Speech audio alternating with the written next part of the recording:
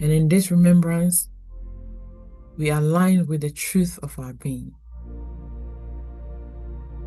Whole, we are worthy, empowered, and connected.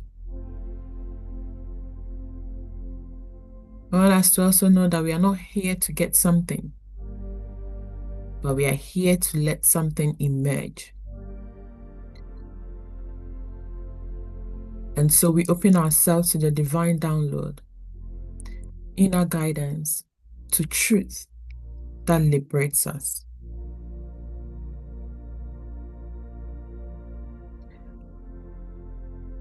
Right here, right now, we acknowledge that the one life, perfect, whole, and is complete, expressing through us. I speak this word of truth, knowing that the presence of Spirit is alive in every one of us in this space, whether it be online, whether in person. Each one is here by divine appointment, ready to be uplifted, expanded, and renewed. And we release all thoughts of limitation, doubt, or fear. And I want us to affirm, repeat after me, I am receptive, I am available, I am aligned with the highest good. In a spirit of divine entities bearing this work, we welcome transformation, not just for ourselves, but for the collective of every soul of humanity. And we open this service with holy expectation that transformation is not only possible, it is inevitable when we surrender to divine will.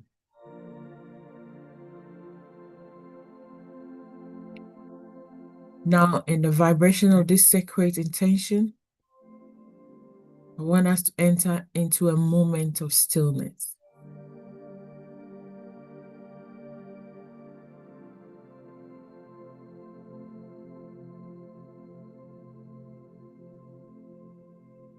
And here, beyond words, beyond thoughts, is a source of all. Here we listen, not with our ears, but with the ear of the heart. Let the still small voice guide us. Let divine love embrace us. Be still and know that I am God.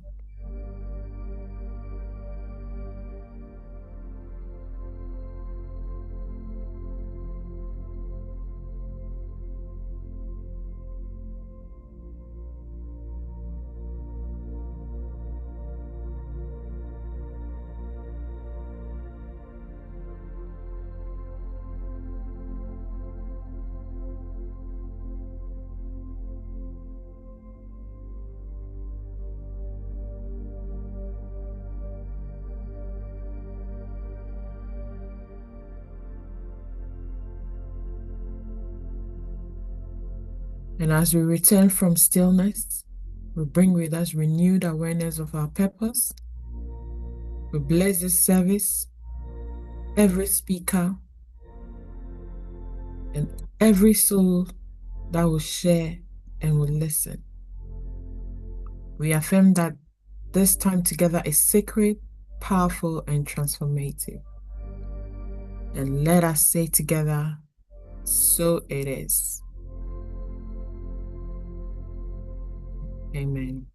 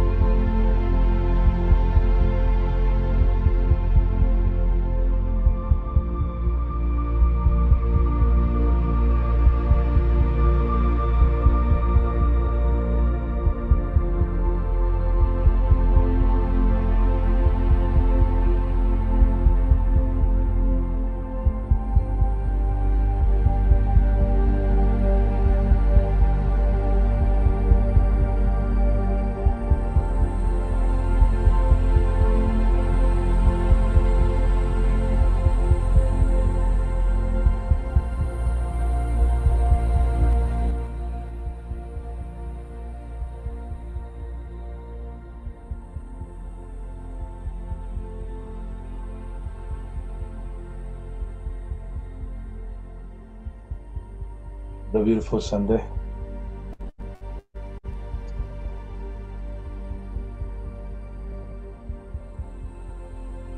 It's our vitality service for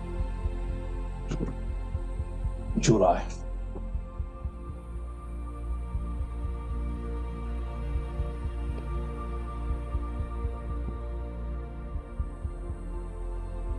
So as our customers, we will still carry on with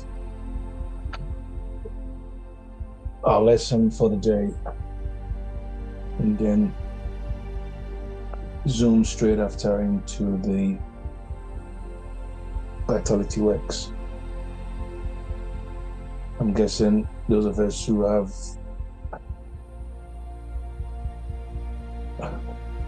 engage in the fasting, you'll be excited to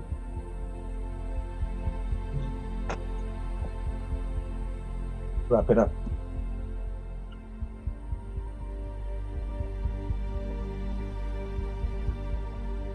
Samuel Joshua.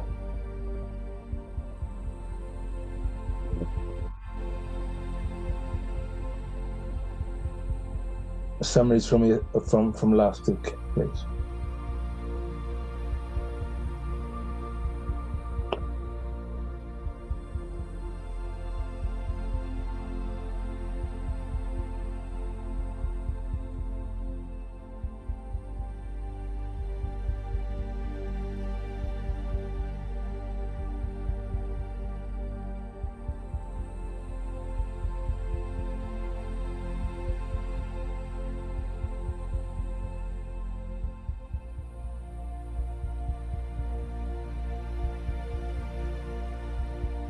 What did you hear last week?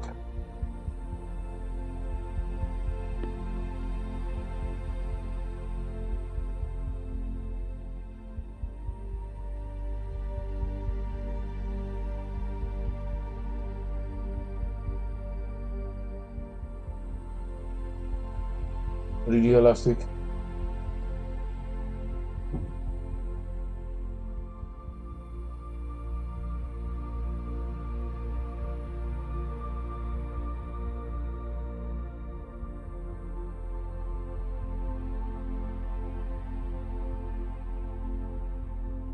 So from last week, if you remember.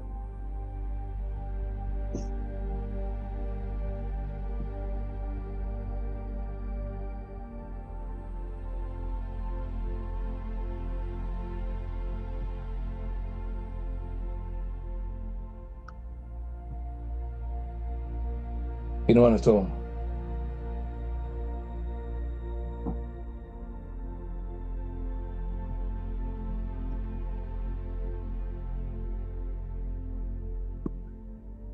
Samuel.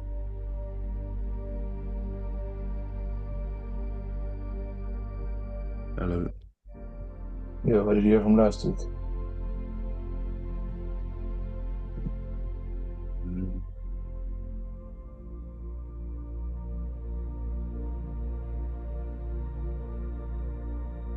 You're talking about balance forces, excess potential. What did you hear?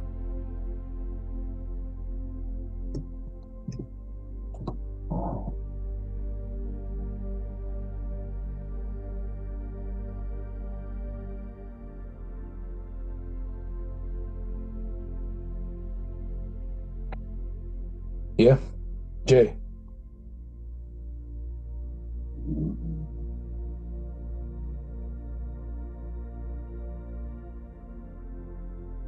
Sorry, I could use a brief reminder, please. Sorry. Yeah, that's what I said. You recall we didn't, we were talking about excess potential, weren't we? Balance forces, divine grounding, though, you were not paying attention.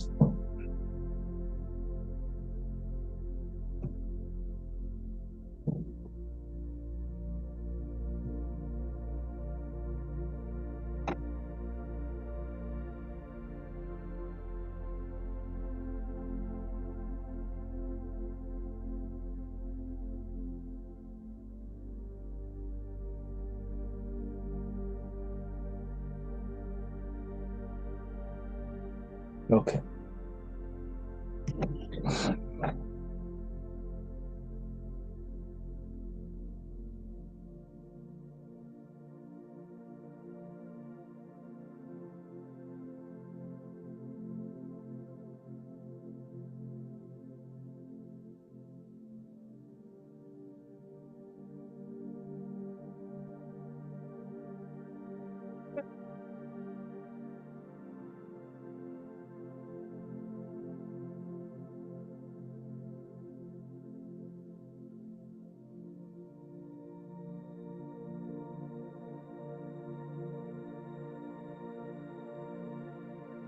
we're looking at why life, or we were looking at why life feels so heavy, and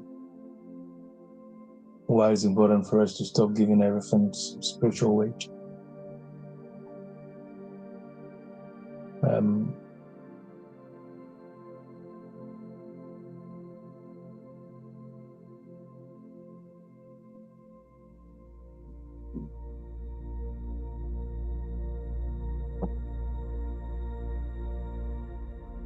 That still aligns, or that still sits within our studies on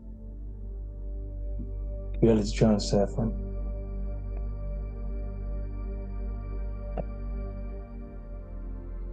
Last week, I did hint on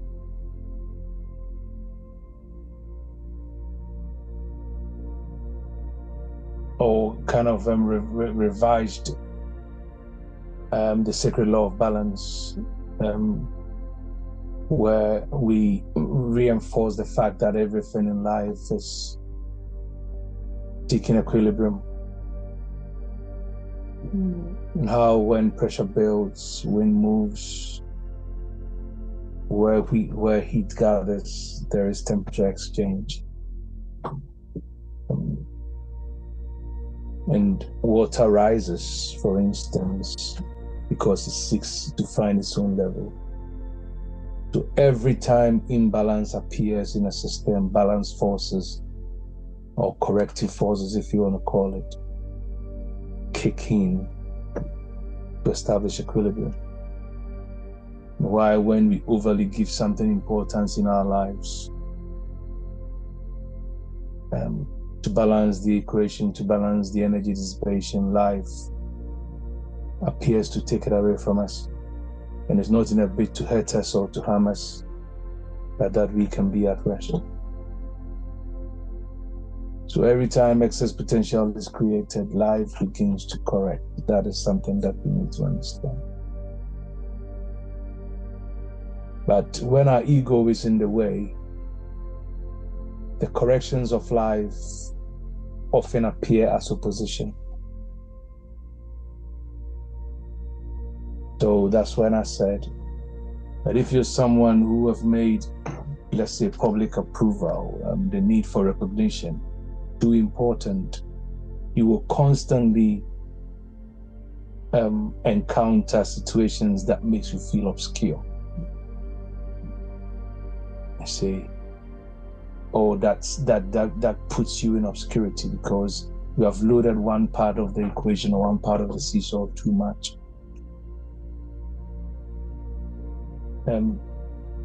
If you make having control of life, having control of events, having control of things too important, you shouldn't be surprised when you find yourself encountering, what they call it, encountering uncertainty or seeming uncertainty. If you consider yourself too important, too important, or esteeming yourself beyond what you really are, it shouldn't surprise you when you have circumstances, moments, or where you feel humiliated. And that's not because life is trying to punish you, but that's because balance forces are doing exactly what their work is. When you overly place importance on a relationship, don't be surprised if distance gets in or if withdrawal or resentment gets in. When money becomes too important, your anxiety for money will grow, and you will experience more scarcity. These things aren't theoretical. Some of them I have personally experienced. Some of them I have observed through my interactions with people. And some of them are so resounding that I cannot ignore the evidence of.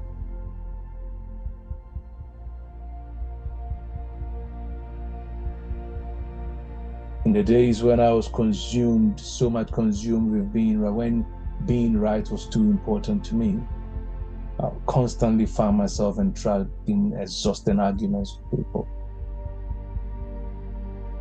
because I was too consumed with being right. And that's how balance forces will correct the system. You have arguments and people will not understand.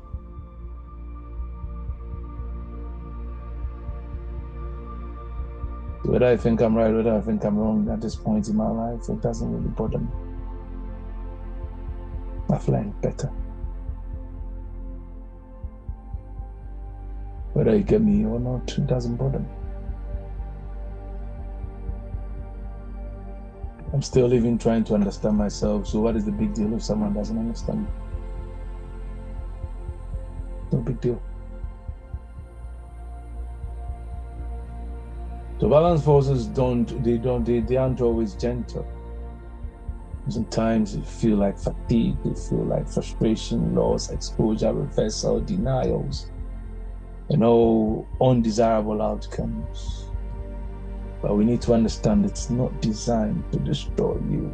It's not trying to destroy you, it's trying to wake you up. To neutralize the imbalance that you've created.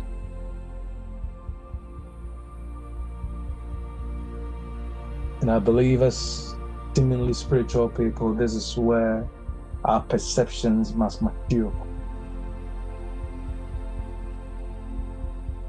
So instead of feeling, why is life against me? Why is this circumstance against me? Why does this person appear not to get me? Begin to ask questions like, what is being corrected in me? What in me requires correction? What have I given more importance than it's really required? What in me is becoming overly inflated? What have I made too important? What is life calling or beckoning me to release, to let go of? What part of me is laying hold, gripping reality instead of walking in? These are questions I ask myself all the time. And it's not to blame yourself, it's not to criticize yourself, it's not to feel bad, it's not to feel attacked. This is what I call self-liberation nugget.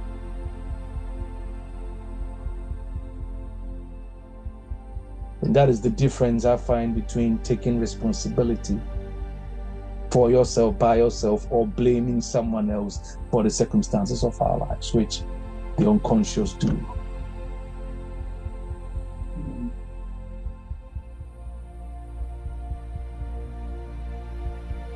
Because in taking ownership, in taking responsibility, therein lies your power.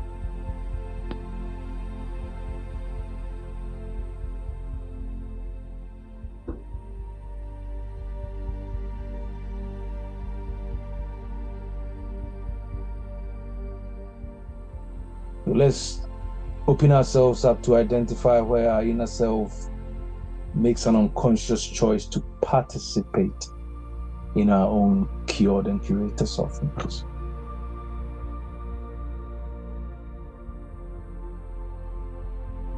Yes, you might not be responsible. You might not have, not that we don't have control over events of our life, circumstances of our life, how people deal with us, what someone will say to us and all those things.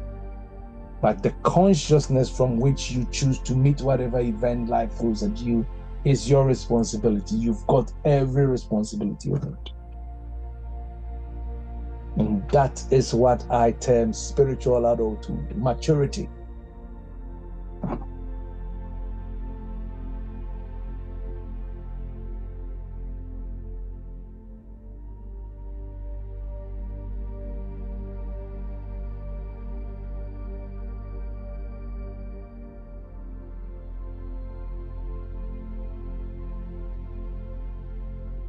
Is that okay?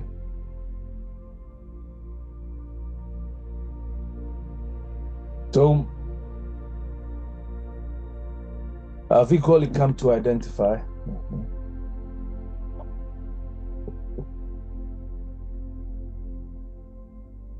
that excess potential is created when consciousness forgets that it is the seat in awareness. and begins to jump onto the stage of identification. I was listening to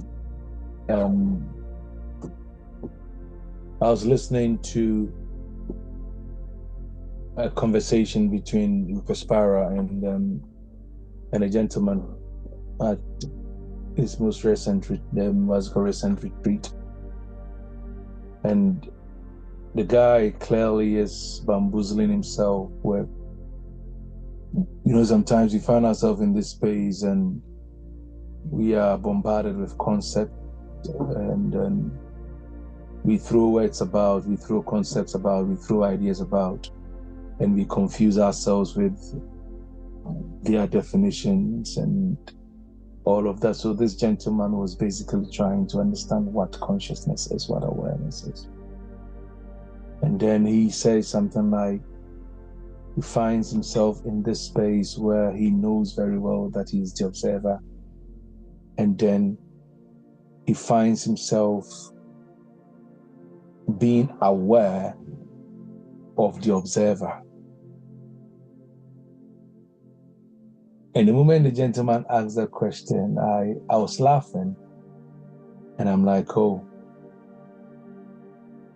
I've been there before. When I heard Eckhart talk about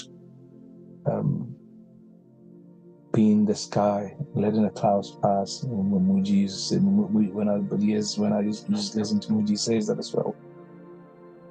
And one time I had the similar experience to what this gentleman was having, so I could relate with it. Just sat meditating and then being aware of thoughts, as we told. Just sitting awareness, and I'm like, oh, who is aware? And then the moment your brain hits that zone, you begin to objectify. And then it hit me. Every form of objectification can never be awareness itself. That is still something that is happening within the field of awareness. That is still something that awareness is permitting. That is still what's it called? A picture on the platform or on the canvas of awareness. And then boom, my heart became aggression. And it was amazing. Rupert, in answering this man, it's as if he had taken a leaf from its node, or it's as if he had brought into my mind with the thoughts that flow, that kind of trickled down at me whilst I was in that state. And he asked the gentleman the same question. That if you are aware that you are aware, then you're still objectifying awareness. Awareness cannot be aware of itself. The eye cannot see the eye. The sun cannot feel its own heat.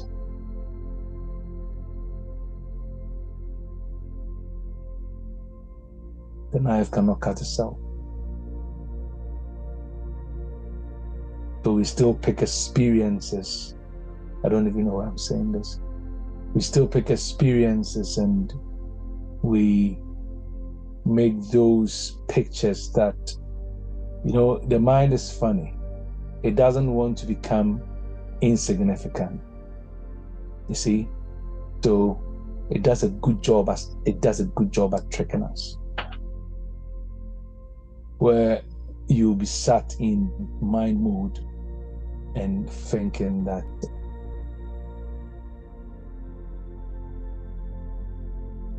that's awareness, or that's what it's beautiful. Maybe, I don't know if any has such experience, maybe we could share. So I only brought that in because a lot of people are asking the question, and I've watched YouTube videos of people trying to explain what consciousness is and what awareness is. And sometimes I just laugh. I'm like, oh, this is just a bunch of words, ideas, concepts yet again. It's simpler than you are just making too much meat of it. You are overly complicated. It's not that hard. And maybe we have become a people who like spooky stuff. You want to sound profound. You want to be phenomenal. You want to be sensational and all of that. And every time you're feeling like that, think the ego is just fooling with you.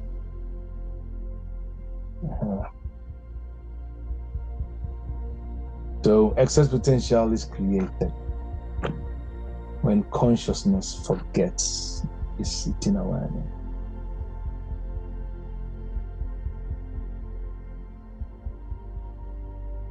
And when it does that, suddenly you forget that you're observing fear. And your mind tells you you are the fear, or you are the experiencer of the fear. You forget that you're observing desire, and then the mind begins to tell you that you are the desire, or you are the subject or the object of the desire. You forget that you are observing anger or being enraged. And then suddenly you are the one experiencing, exhibiting, demonstrating, living the anger. Same applies to lack, failure, any of these, all of these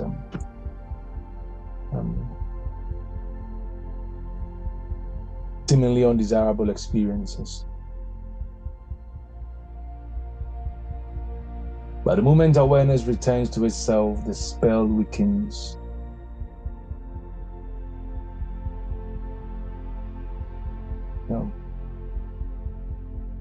And then you can act from a deeper place, not from a place of panic. And it's one of the greatest secrets I have personally encountered about balance. So,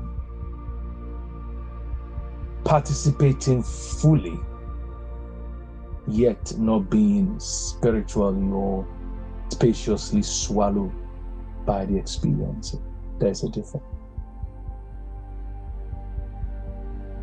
And that is the same difference between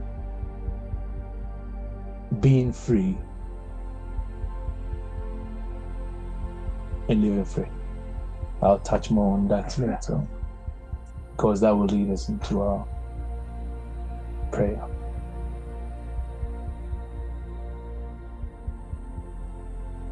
Are you with me to this point? So, as I said, often excess potential will arise when an external object or something we externalize, something we objectify, becomes fused with an unmet inner need. It often centers around our need, the things we want to happen, our conditions, how we think life should present, and all of these things. So someone is not just, well, we may not be looking just to be successful, but we want to be successful so that we will not be seen as failures in comparison with our friends. We want to be successful so that we will heal our shame and our insecurities.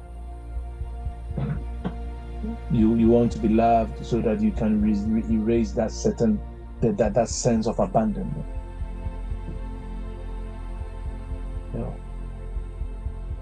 You want to have money. So that what? That you silence your fears, you silence your rejections, so that you can silence your detractors, and you can silence people who think you haven't made it.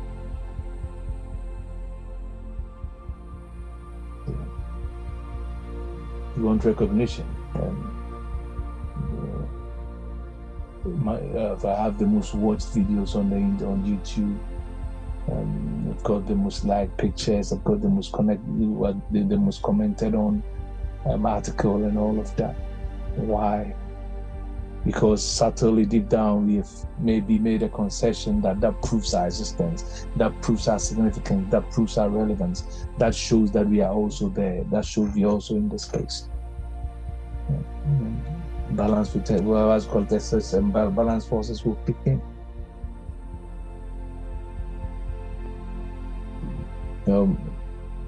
For me, I came to an awareness years ago that unconsciously, by no fault of mine, I've been like that since since I was a child.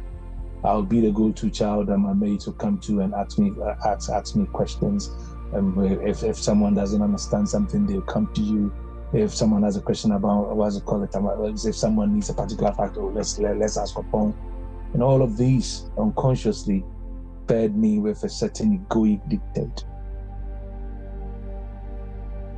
that I need to be right. I want to be right. By no fault of mine, just by experiences, just by growing up, and what's it called, and the way I grew up. And later on, when life was throwing things at me to let go of this is just about 4 years ago.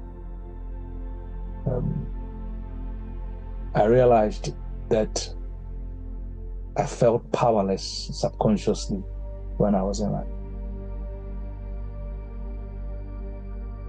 And Transurfing helped me.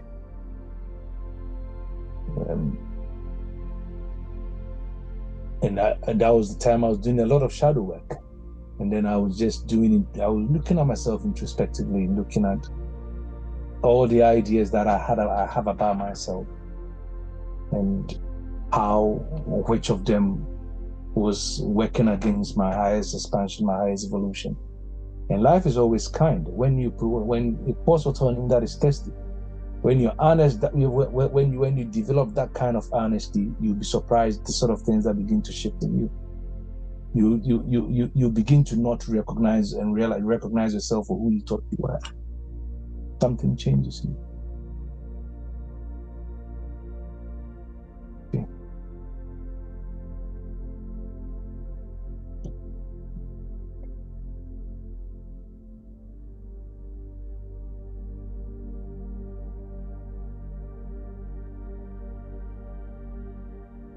When let's say when you send your partner a message, you send a friend a message, and they delay in responding to it, doesn't awaken abandonment in you, doesn't make you feel abandoned, doesn't make you feel insignificant, doesn't make you feel, oh, they don't care about me.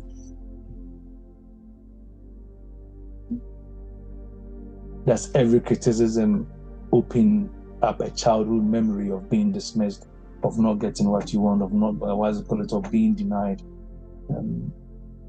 what you think you deserve?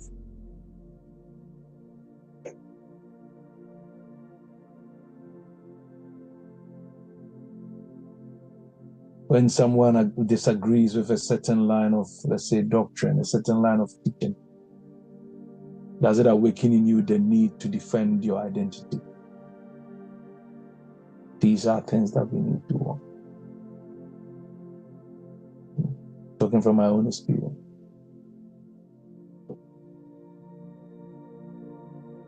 And you can only become charged this way because you are carrying more than you're supposed to be carrying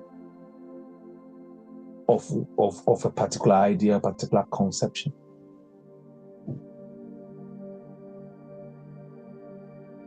When you're having those unbearable nudges and that heaviness,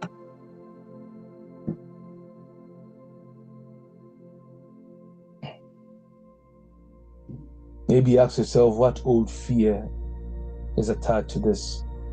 What sensitivity is being triggered by this? Or ultimately, what do I need? What is life pulling me to let go of? What wound is asking to overcome? What is it called to be healed? Ask yourself.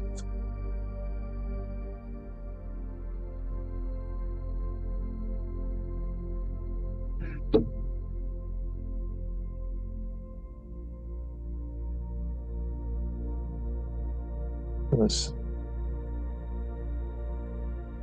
Vitality Sunday today. So maybe it might be right for me to say this, that sometimes you do not need the world to change immediately. You probably need to remove from the world that impossible assignment of healing or dealing with what only your awareness can heal.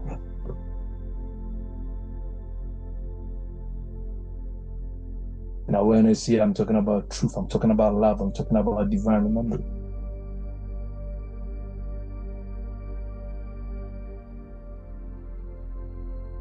Your career, your job cannot become your soul. Money cannot become your peace. Your social network cannot become your wealth. Your network is your wealth. What bollock? Yes, it's in a certain context, but it's not true. If it's true, it's only true superficially. You're more than enough. The results you get cannot become your identity.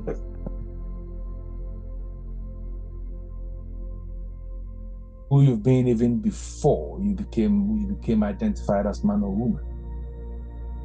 What you are at the very core, pure consciousness. All these things that we seek,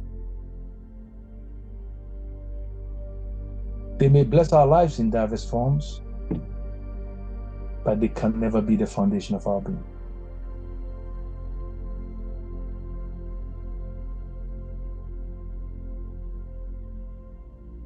When we return things to their proper place, when we put things in their proper containment, when we reorder our lives ritually, balance forces get muted, they dissolve. Excess potential dissolve. See? You shall not worship God and mammon. So,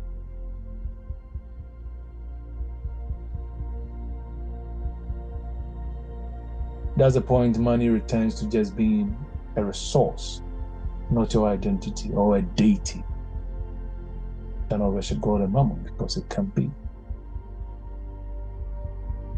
That's where a dream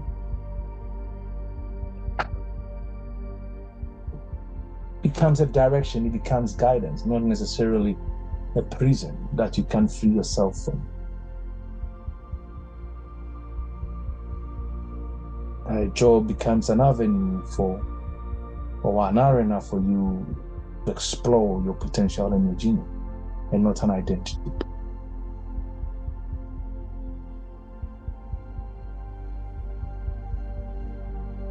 I know your body has a temple, regardless the shape it has and the form in which it appears, and not an object of shame. You're having a chat with Joshua yesterday, and it's like, I was like, I was walking past him, and obviously he's taller than me. I'm like, do you think I should be a little bit taller than I am? And he's like, oh, no, Dad. If you were probably any taller, you probably look too intimidating. So that's probably why God made you this way. You're okay the way you are. You know? And we kind of laughed about it, but I'm like, okay, maybe he has a point. So there aren't any mistakes in life.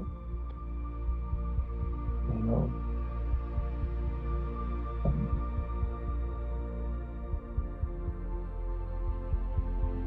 That is how we allow the higher self to return to a center. Not the egoic self, not the personality we have built from wounds and praises, but not the anxious self-performance, the self that is consumed with self-performance and the desire for safety, but the deeper self, higher self.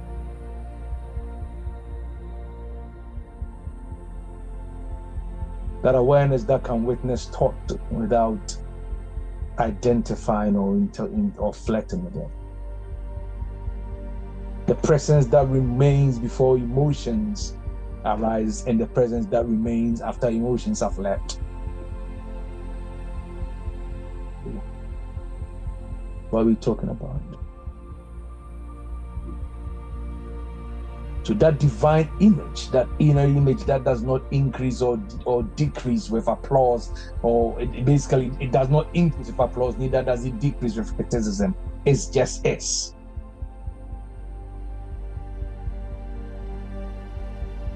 That's what we're talking about. Christ-centered self. that doesn't require any circumstance to announce itself. Don't need that require. And that is not because life is meaningless, but because life is no longer being used to manufacture meaning. There is a difference. You're not using life to manufacture meaning.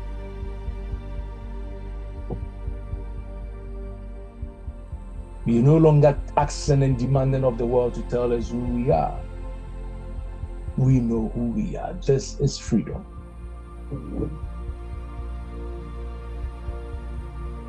From my own experience, I have identified some practical ways to mute or to reduce. I'm not sure if I make sense till this point. Are there any questions? Or any additions? If anyone still in there. J.O.S. Samuel, he dropped off. Is he making the good old excuse of his laptop battery, Yes, battery again. Shocking, man. That is unacceptable. Are there any questions or any addition?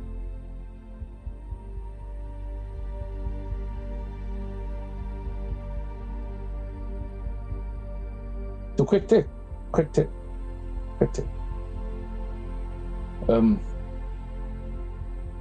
Practical ways to reduce excess potential.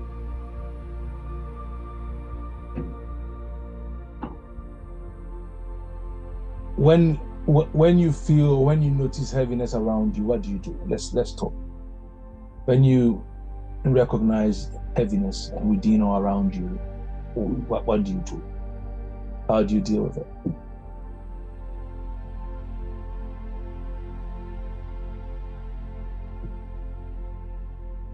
Anyone at all? For me, I first of all think, go conscious, okay, what is causing this heaviness? And then rethink it again. And then practically, I usually would kind of just go into meditative mode and do a bit of sound like home and kind of thing. It lightens you. It lightens you during the meditation. You'll be fine. At the end of the day, is your thinking that is making you heavy. If I'm right, yeah. So that's what I do. Anyone else? Thank you.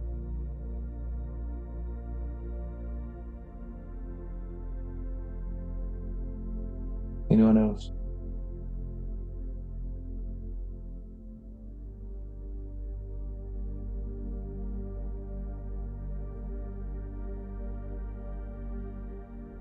Anyone else?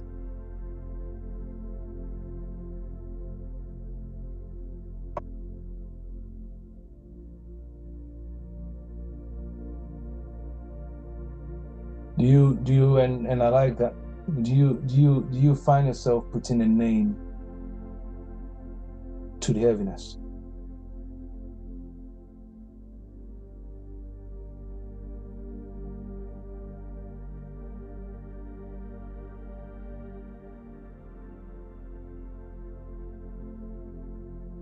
Try it up.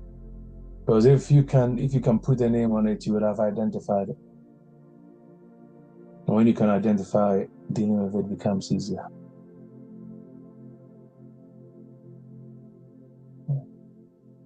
And when you're crying and you don't even know why you're crying, it becomes difficult to stop crying. But when you know when you know why you're crying, for instance, it's easier for you to recognize that you have made it heavier, or you are the one making it heavy. As opposed to not being able to identify it. And that's not it's not a condemnation, it's just observation. So in times, events happen in our lives and we don't do very well with separating the actual facts of the event from the story we are building. Project management taught me that. So you can have a project is on course and you experience, or you have, maybe you are hit with a risk, whether it centers around something that demands a scope to change, for instance, or the design is delayed. It's an example that has the potential of derailing the project or pushing our ending.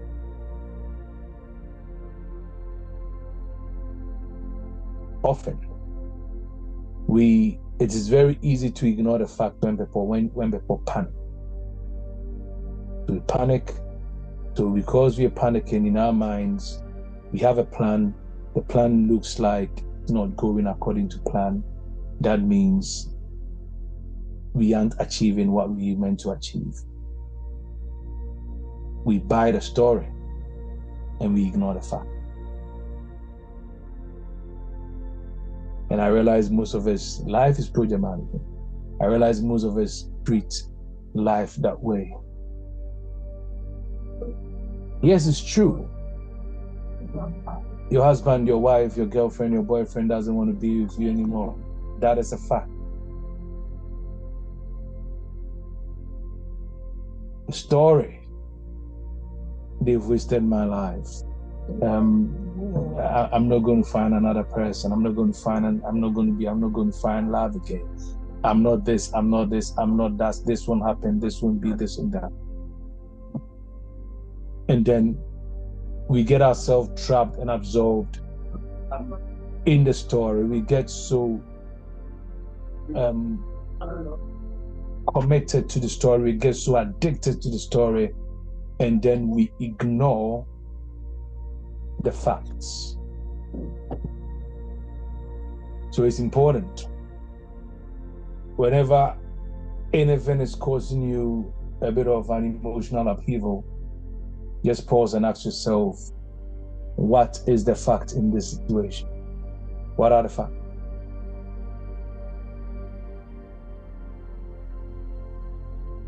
So, and basically just separate the fact from the story. So, yes, it's true. The fact might be that they have not responded or they have not replied to my text. That's a fact. But your brain will begin to develop stories. They do not care. I'm being rejected. This always happens. You ignore the facts and you buy your story. The money is delayed. It's true.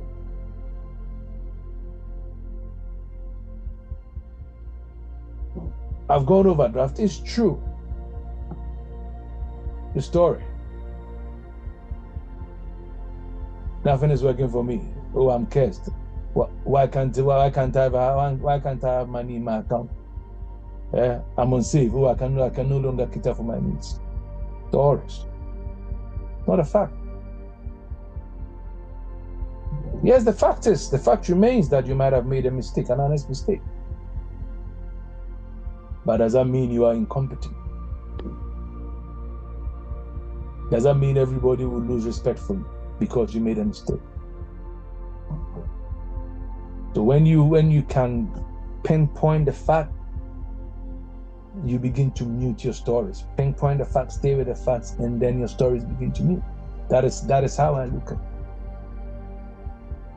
You see? The fact that it appears that, yes, it might be a fact that you missed a job opportunity, for instance, but does that mean you will not get a job? Does that mean you can't build a business? Does that mean your destiny has been blocked? It doesn't mean any of that. And this distinction, this separation is very, very powerful in my opinion. And how you know awareness has entered is when you are able to positively distinguish the fact from the story and reduce the charge. So this may matter, it's true. This situation may matter, but it might not absolutely matter in the grand scheme of things. I am desiring to be a millionaire, a billionaire even at that. It doesn't look like it now, but I am not dependent on it for my identity. Whether it happens or not doesn't define me. I'm not looking to be called a millionaire or to be counted among millionaires. It's my desire because it will become an avenue through which I can develop products to help the cause of humanity, to be a beneficial presence to life.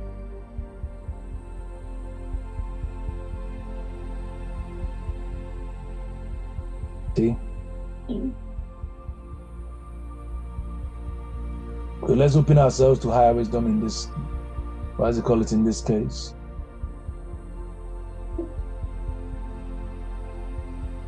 And you realize that your actions will become cleaner when you introduce this distinction.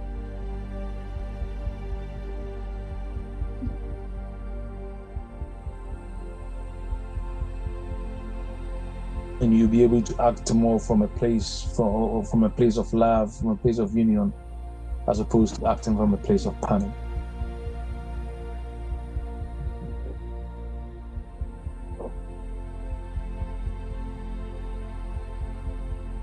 I was sharing this. I shared 2 weeks ago, message on a forum that I am on Facebook, and someone posted a comment underneath it.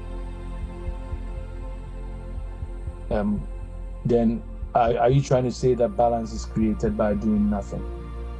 No, balance is not created by doing nothing. Balance is created when our actions are freed from spiritual distortion or psychological distortion. Because the assumption is, if I'm at rest and I'm doing nothing, then there's balance. It doesn't mean that.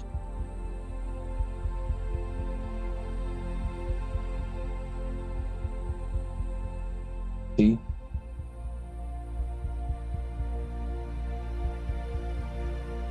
And that leads us into how we even stretch this when it comes to the area of, what we call spiritual work.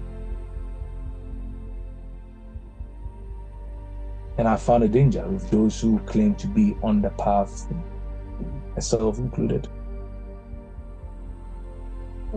The ego can very easily turn awakening into performance, very easily. It can make depth important, your calling, your revelation, your spiritual identity important, and being seen as wise, being seen as profound, being seen as chosen, being seen as different, being seen as conscious and others unconscious. Then the very path, the very space that is meant to free us becomes another form of bondage. This has hit my awareness in the last year and a bit. So, person is no longer seeking truth, but rather seeking confirmation that they are special, seeking confirmation that they know, seeking confirmation that they are profound, seeking confirmation that they are awake.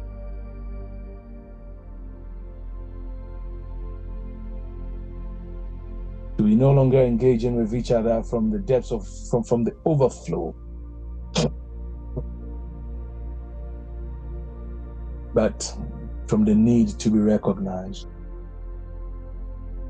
We want to maintain an image instead of just remaining present and maintaining present.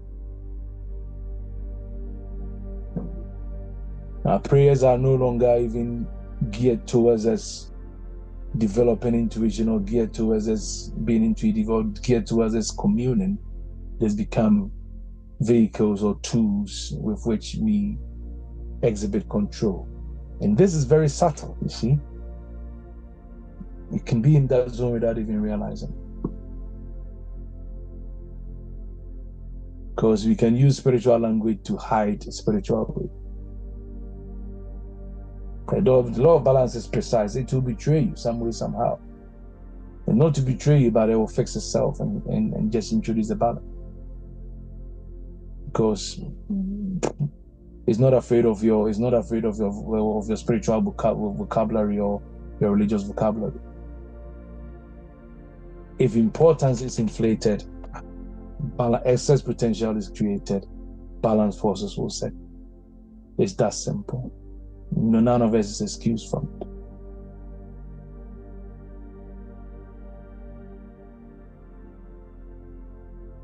We are vessels, not the source. You're blessed to be expressions per time, not the totality of it all. You're called, but you do not own the calling. This is paying $10.99. You don't own the calling.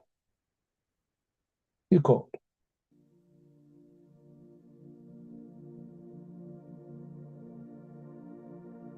You haven't become awakened by choice or by chance. Life has willed it.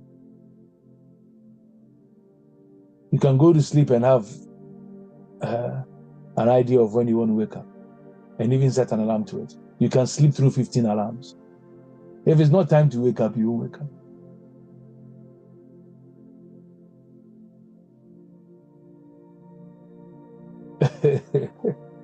Is that a lie?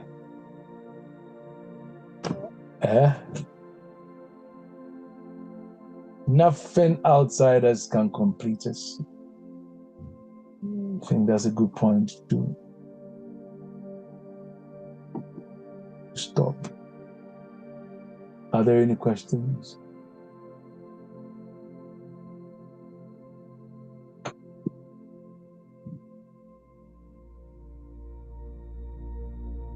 Any questions, any additions?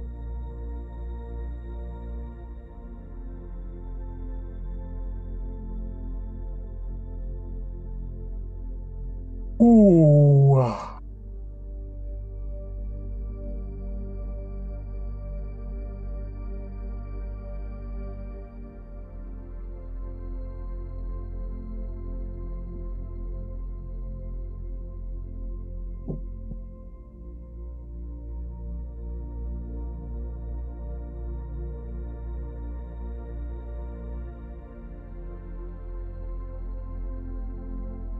These things that we say here, they are not words to comfort us. I'm not showing you a method. I'm not showing you techniques. I'm not giving you strategies. I'm not giving you spiritual tools to add to your collection.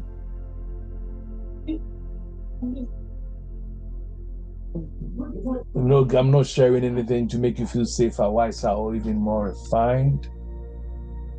Genuinely, I've come to the point I've realized that there's nothing to add. If there is anything at all, if there is anything to do to the equation, there are things that must be taken away. And that is what these sessions are seeking to do.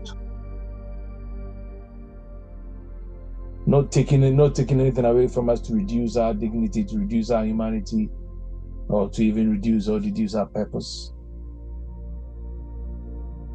By taking away the false weight that you have been carrying. The worried you, the striving you, the seeker who feels like they are almost there. That's why we're taking away. The wounded one who is rehearsing the same story over and again. The spiritual you that is trying to be free, that's trying to wake. All the rules and the identities that you have piled up.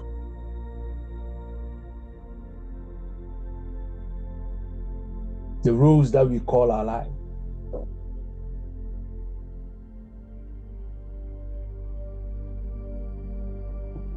Our call. to ditch them.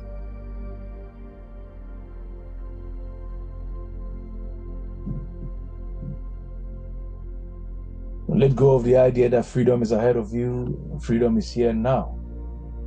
You just need to open yourself and embrace it.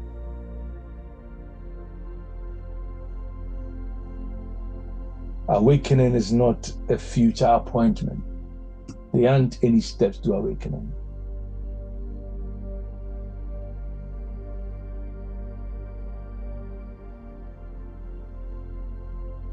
When the flow of the stream appears blocked, when the nature of the stream appears turbid, just pick the debris, pick the blockage. You know, when the flooding happened, what happened? They went dredging, and all of a sudden, water is flowing where there appeared to be no free flow. The moment we get rid of everything that is blocking, it flows, because that is what it's designed to be. It's water is meant to flow. That's why my teachings focus on it. So you sit, all these motions, you sit, we breathe, we watch your thoughts. The teachers, they've told us, read another book, attend another session, or repeat this affirmation. And still quietly, we are still waiting for a day when you finally become free. We're still waiting for a day when you finally become intuitive. You're still waiting for a day when you finally become powerful.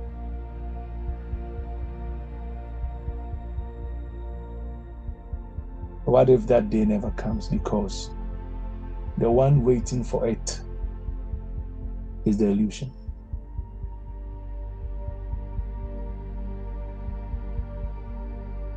What if the one trying to become free is the very construction that must be seen through?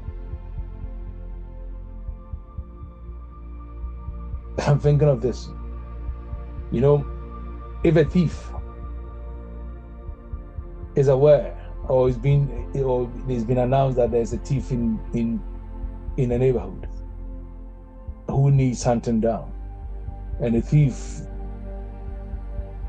puts on a police uniform in search of the thief, would they find the thief?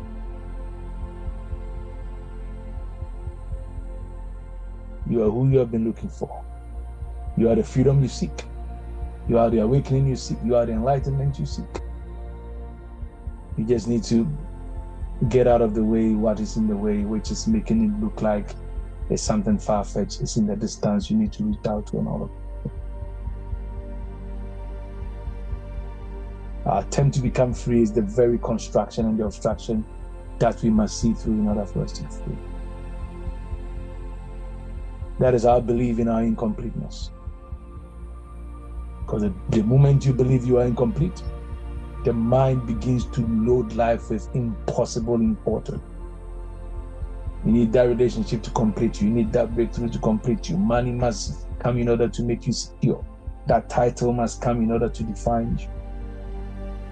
You need that spiritual experience to make you feel that, I've gone to the next level. You are, and you have now become a deeper person. You need a method to rescue you, and you need a spiritual teacher to give you the missing piece.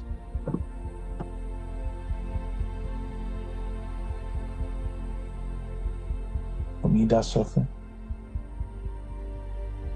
You aren't suffering because of circumstances. You're suffering primarily because identity has become heavy.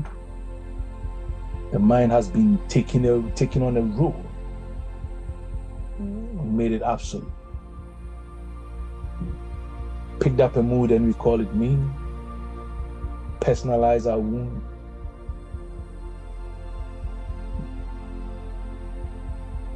Taking fears, ambitions, shame, pride, longings, and stick them together into one costume that we wear and call us. And that is what these sessions are calling us to begin to drop.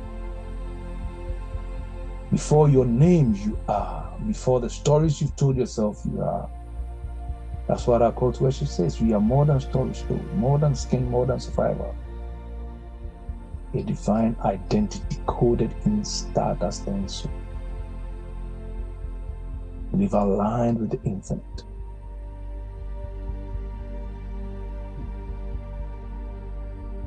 Before your prayer, before your fear, before the explanation, before the wound, before the need to be understood, you are.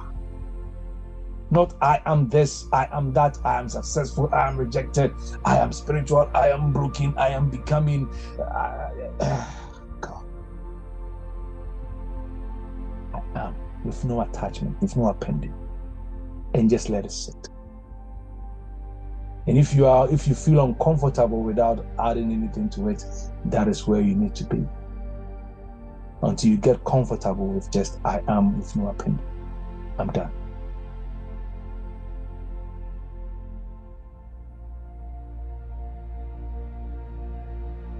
Any question?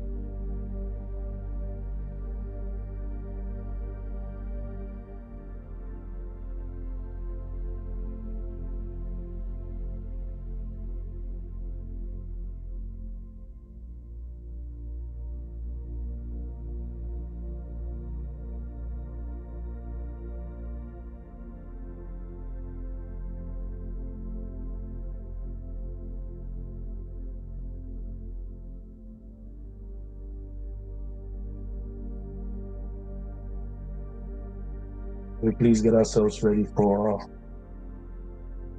vitality charge.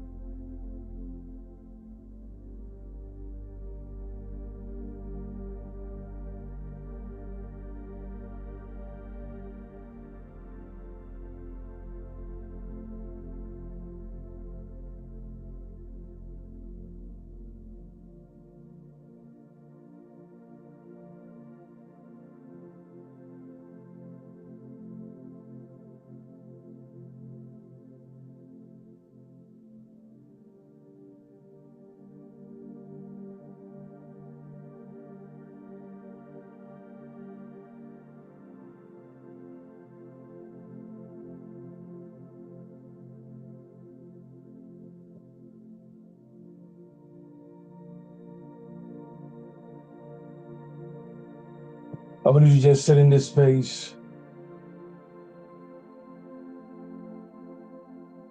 Allow yourself to be naturally drawn into your cycle of breath.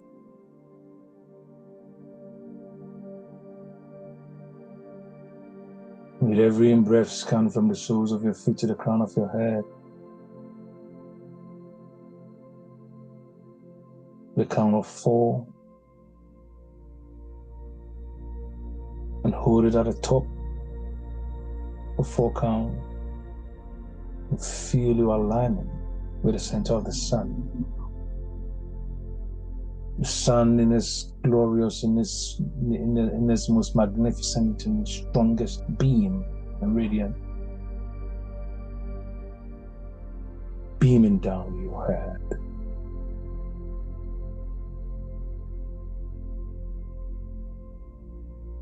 And imagine a golden, glowing ball with a diameter of approximately 12 inches.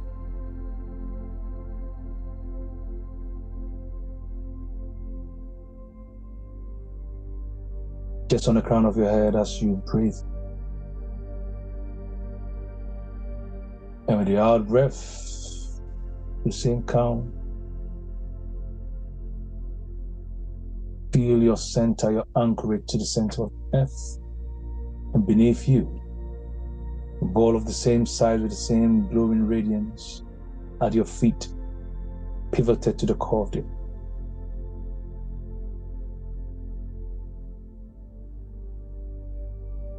Take 7 cycles of this holy breath.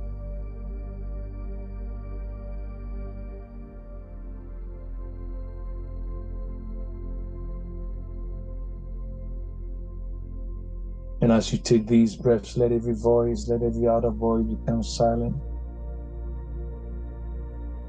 The scattered powers of the mind return to their center.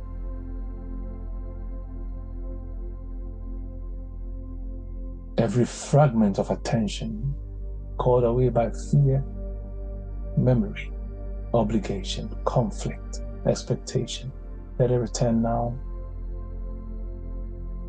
And everything returns to the sanctuary of your being, even as you cycle these breaths. You're withdrawing our life force from every false agreement, from every image of weakness,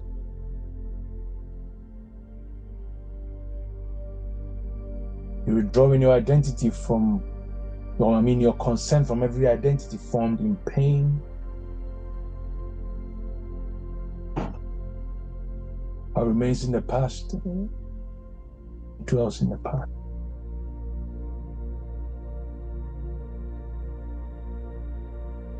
Everything in your life finds its rightful place, situated. You aren't carrying anything. That which belongs to you as you, that which is eternally your being,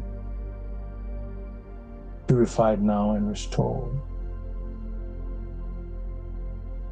And the circle is sealed. The center is established. The temple of your body is awake. Above you, the crown of infinite light. Below you, the foundation of the living earth.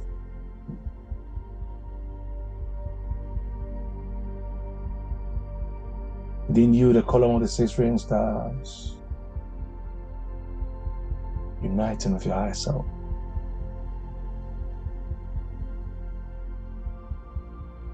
At your right hand, the fire of awakened light. And at your left hand, the waters of divine remembrance. For you, the breath of revelation. Behind you, the strength of the unseen ancestors of wisdom.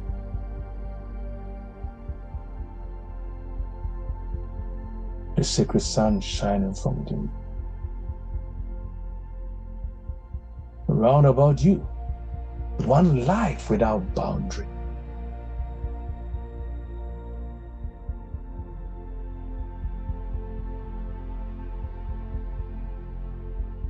Two at the point where the infinite meets the finite, where heaven meets earth.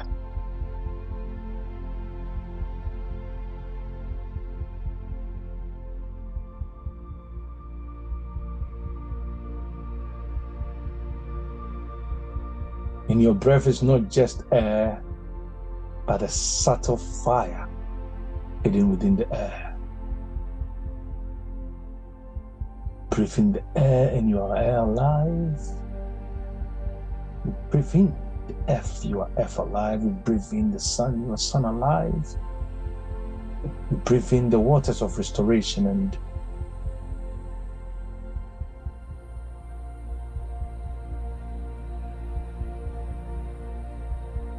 you are water alive.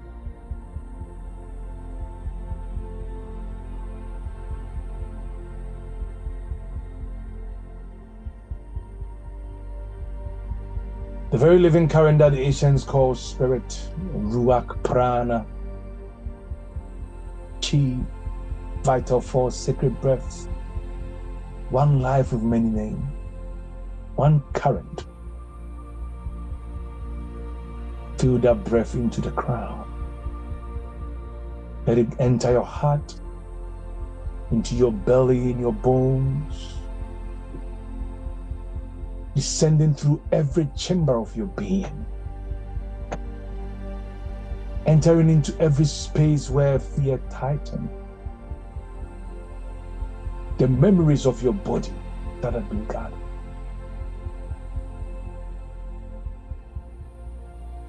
Enter into this very silence beneath every language. Breath of the eternal. Move through each and every one of us without any obstruction whatsoever. Restoring circulation where life has appeared stagnant. Restoring rhythm where life has appeared disturbed. Restoring warmth where life has appeared withdrawn.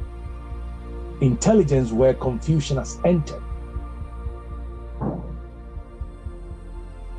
The breath within each and every one of us is not separate from the breath of life, is not separate from the breath of the whole. The life within us is not private possession. It's the same ancient light moving through stars, roots, rivers, blood, and consciousness. We now, at this time and space called now, become transparent to vitality.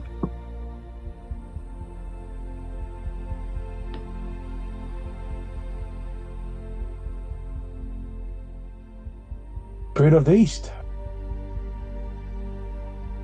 intelligence of the dawn, revealer of hidden patterns, enter the chambers of every mind under the sound of my voice and the influence of my love.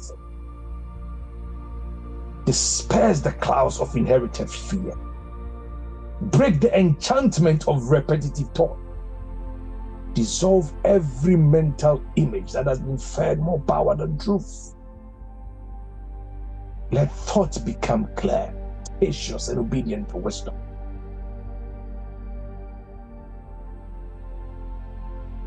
May the inner world be purified. May imagination cease serving anxiety and become again the organ of revelation. Move through us, air of life.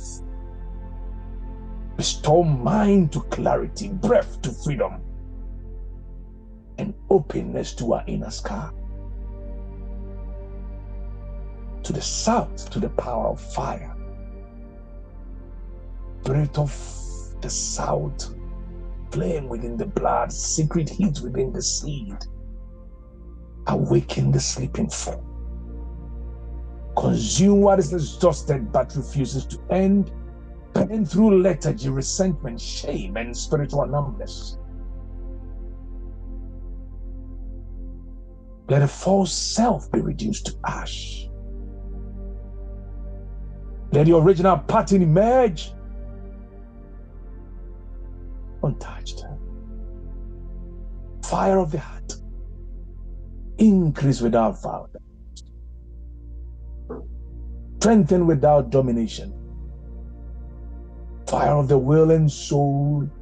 Shine through every consuming vessel. May every cell receive the command of life now. May every organ remember its rhythm. May every system return to intelligent cooperation. Rise within a sacred heart.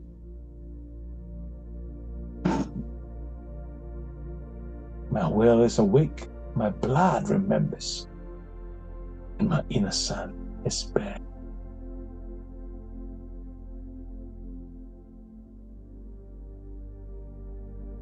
The west to the powers of the world.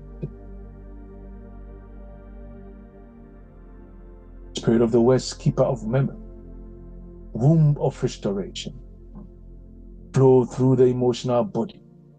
Wash the residue of grief from the hidden places. Release the tears that were never permitted to fall. Losing the ancient knots formed by silence, betrayal, abandonment, and unspoken pain.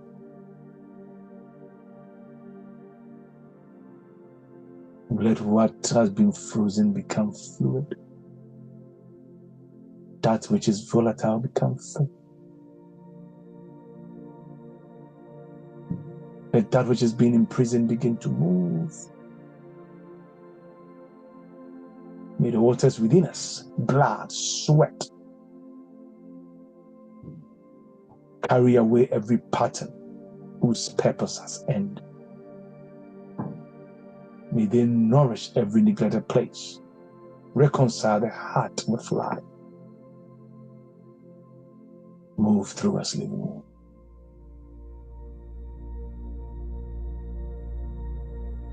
Our hearts are softened, our memory is cleansed, and our soul eternally free. Spirit of the North,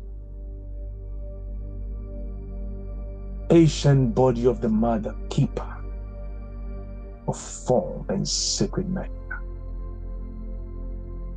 anchor the healing current. Let spirit become substance. Let light become embodiment. Let prayer be etched and locked in ourselves.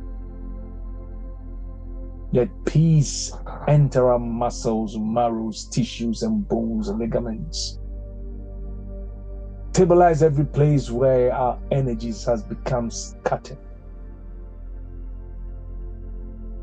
Restore our relationship with rest, nourishment, work, place, and belonging.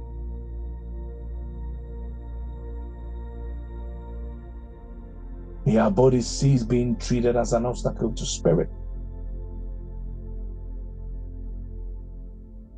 May our bodies be recognized as a temple, instrument, archive, and temple.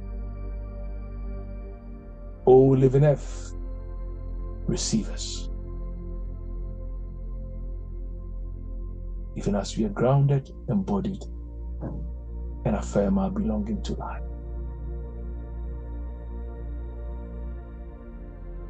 To the invisible center, the secret sun, Shekinah,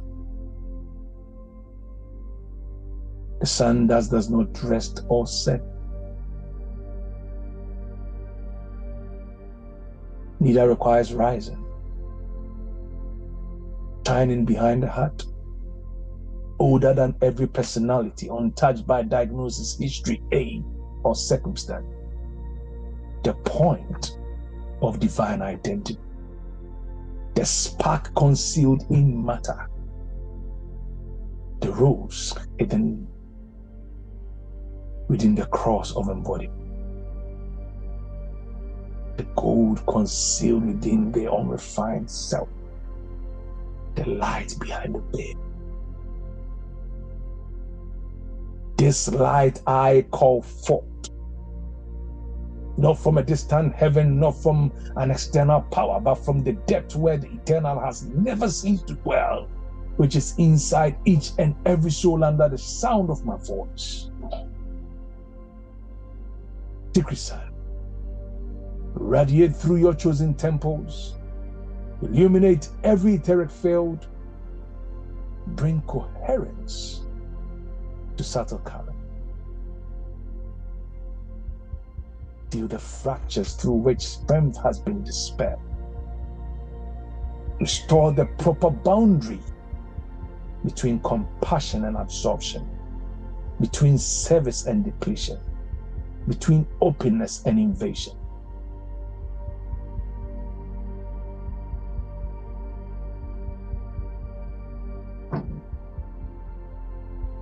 That which serves life remains true to us humans.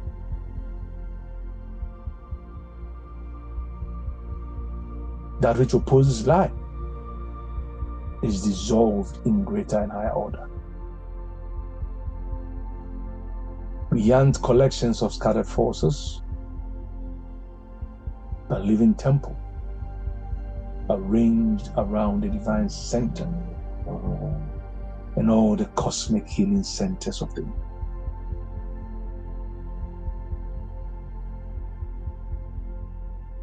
I want you to repeat this after me. I am not the fear passing through me. I'm not the story formed around pain. I'm not the inherited pattern. I'm not the appearance of limitation. I'm the witness and present. I'm the point of living intelligence. I'm the place where the conscious becomes conscious of itself. I'm the place where the infinite becomes aware of its infinite. I'm rooted in the earth and open in the heaven. I'm the chalice of the flame. I'm the temple and the indwelling presence. I am both the silence and the word that arises from within it. I am life agreeing with life. And from this center I pronounce, my vitality is recalled. My forces are gathered. My inner waters are cleansed. My sacred fire is renewed. My breath is expanded. My body is blessed. My mind is illuminated. My heart is reconciled. And my spirit is sovereign.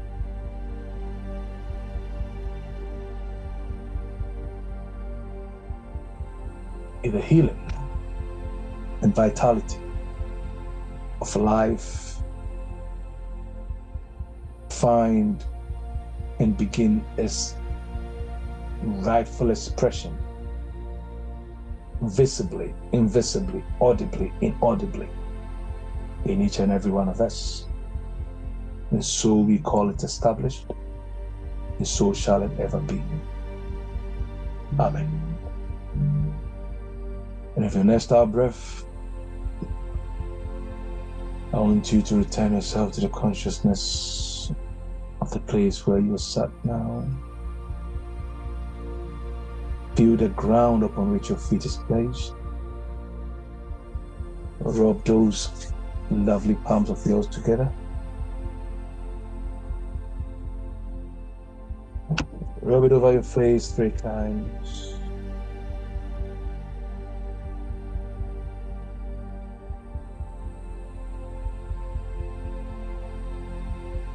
And I want you to just hug yourself, pat yourself, and feel the spread of that energy, that vitality all through you.